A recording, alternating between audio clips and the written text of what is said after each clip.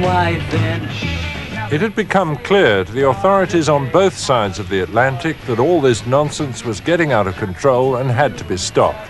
Examples had to be made. Hoppy, John Hopkins, one of the leaders, if that word is permissible, of the underground, was sent to prison by Judge Seaton, who described him as a pest to society. And we saw ourselves under attack. Earlier, International Times and the Indica Bookshop had been busted. IT, the International Times, was produced from the basement of the bookshop. It was the underground's communications centre, and to the police, faced with an often elusive quarry, it must have seemed an obvious place to start. I think the police reacted so strongly to IT because of our advocacy of legalization of soft drugs. We were opposed to censorship. We were generally an all-round libertarian paper, and this was very much against the way they thought Britain should be going. There was a meeting of Hoppy's friends the next day. I brought up my idea of an advertisement. Miles said he thought he knew where he could raise the money. It was pretty black and white at the time. It was like, a lot of people are doing it. Certainly were a lot of people doing it. It's like, why make criminals of them all was the basic thought.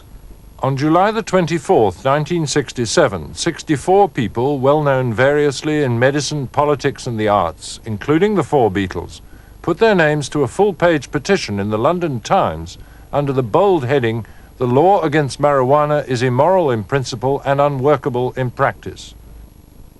Lord Hailsham told the editor that publishing it would be on his conscience forever. It simply came to us as a proposed advertisement, and we had to decide whether to run it or not. I decided it because, as an editor, I had a commitment to freedom of debate.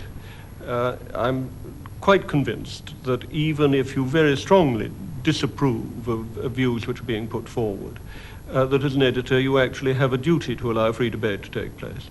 I had no reservations about signing this thing, other than the feeling of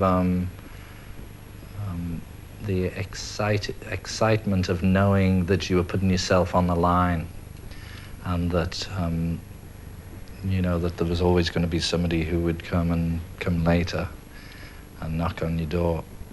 It wasn't an advertisement with which I agreed, and we wrote a leader saying that we didn't agree with it.